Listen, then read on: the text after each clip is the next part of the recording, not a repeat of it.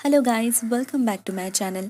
Guys, आज हम बात करेंगे 2011 में रिलीज हुआ Australian found footage horror film the tunnel के बारे में। This film is directed by Carlo Ledesma. IMDb rating है 5.9 आउट ऑफ 10। रॉटेन टोमेटोज में इसका स्कोर है 100%। This film stars in the lead roles Bel Delia as Natasha, Andy Rodoreda as Peter, Steve Davis as Steve and Luke Arnold as Tangles. दोस्तों, इस film की background एक ऐसी situation है जब न्यू साउथ वेल्स में पानी की कमी एक सीरियस इशू बन चुकी है। यहाँ पर आम आदमी एक बूंद पानी के लिए सफ़र कर रहे हैं और दूसरी तरफ पता चला है सिडनी शहर के बिल्कुल नीचे जो अबांडन ट्रेन टनल है, वहाँ पर एक ह्यूज लेक है। वहाँ पर इतना पानी है कि सबकी ज़रूरत आराम से पूरी हो सकती है। गवर्नमेंट के तरफ से एक बार प्लान बनाई भी गई थी कि उस पानी को रिसाइकिल करके यूज़ की जाएगी, लेकिन पता नहीं क्यों उस प्लान को ड्रॉप कर दिया गया विदाउट एनी एक्सप्लेनेशन।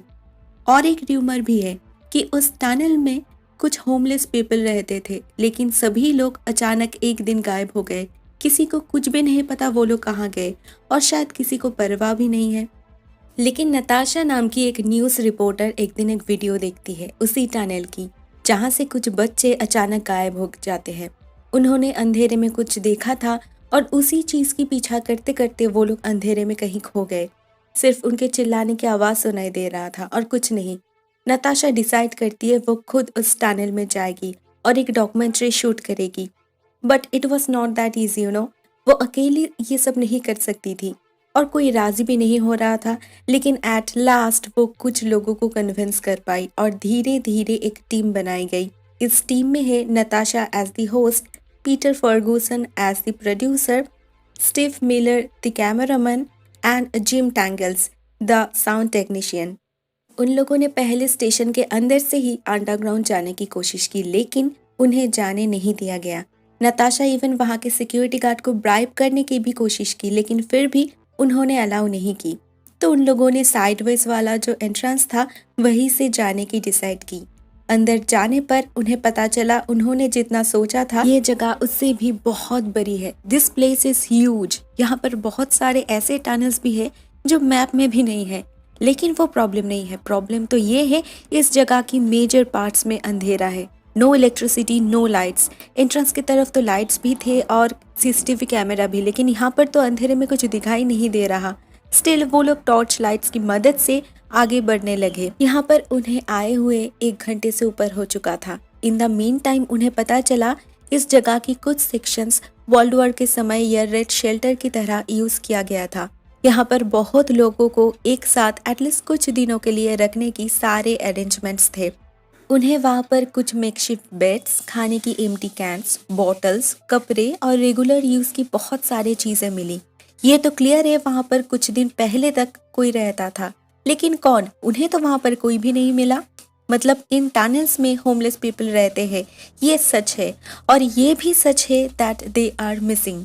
एनीवेज, कुछ दूर जाने पर वो लोग उसी लेक तक पहुँच गए जिसके बारे में सभी बात कर रहे थे। ये लेक सच में बहुत ही बड़ी है, मे बी 1 किलोमीटर लॉन्ग। अगर इसे यूज़ किया जाए तो सच में सारे प्रॉब्लम सॉल्व हो सकते हैं। वो लोग बहुत ही ज़्यादा खुश हो गए क्योंकि उन लोगों ने जितना सोचा था शायद उससे भी कई ज़्यादा इंटरेस्टिंग होने वाला है ये प्रोजेक्ट। लेकिन इस लेक को बैकग्राउंड में रख के जैसे ही वो लोग शूट करने गए, प्रॉब्लम शुरू हुआ। शूटिंग के समय नताशा कुछ डायलॉग्स बोल रही थी, लेकिन बार बार रीटेक करने के बावजूद ऑडियो रिकॉर्डिंग में हर बार कुछ ना कुछ प्रॉब्लम आ रहा था। टैंगल्स को ऐसा लग रहा था शायद पीछे कोई विस्पर कर रहा है। वो बार बार स्टीवन और पीटर को चुप करने के लिए बोल रहा था, लेकिन वो तो ऑलरेडी चुप ही थे।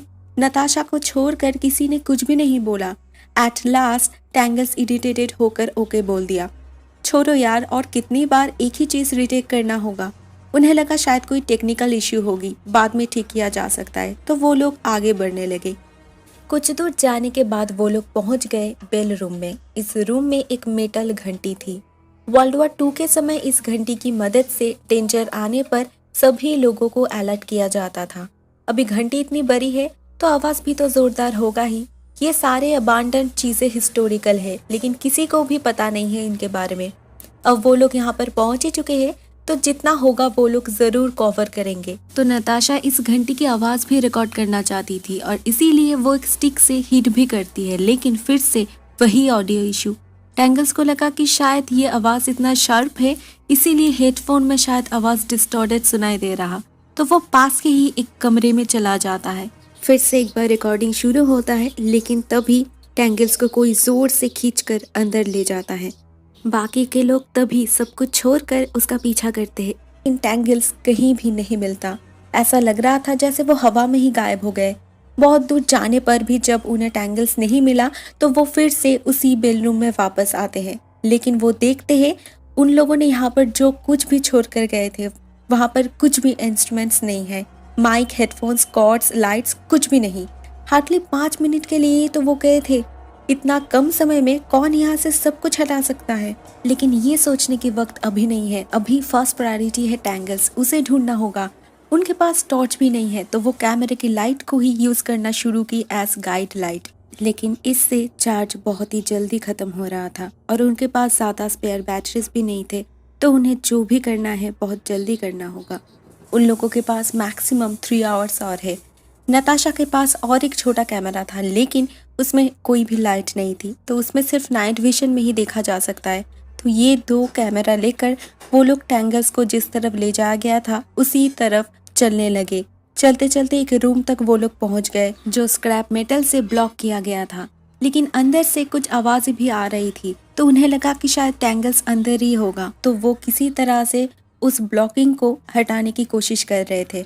स्टीवन एंड पीटर के लिए मुश्किल हो रहा था, तो नताशा भी कैमरा को दरवाजे के पास छोड़कर उनकी मदद करने के लिए जाती है।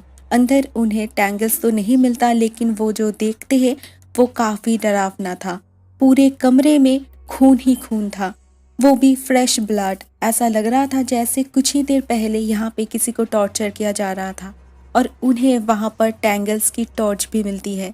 तो वो लोग शायद गेस कर पा रहे थे यहाँ पर कौन था, लेकिन उससे ये लोग और भी ज़्यादा डर जाते हैं। इतना ब्रूटली कौन किसी को मार सकता है?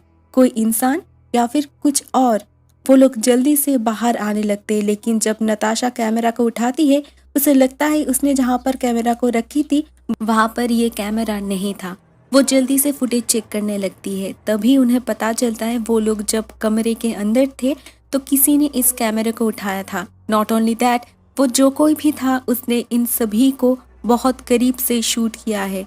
और जैसे ही वो लोग कमरे से बाहर आने लगे वो कैमरा को यहाँ पर ही छोड़ कर भाग गया और इसी हड़बड़ी में उसका भी एक इमेज कैप्चर हुआ है, बहुत ही हेजी, लेकिन ये तो पक्का है कि वो इमेज किसी ह्यूमनॉइड क्रिएचर की है।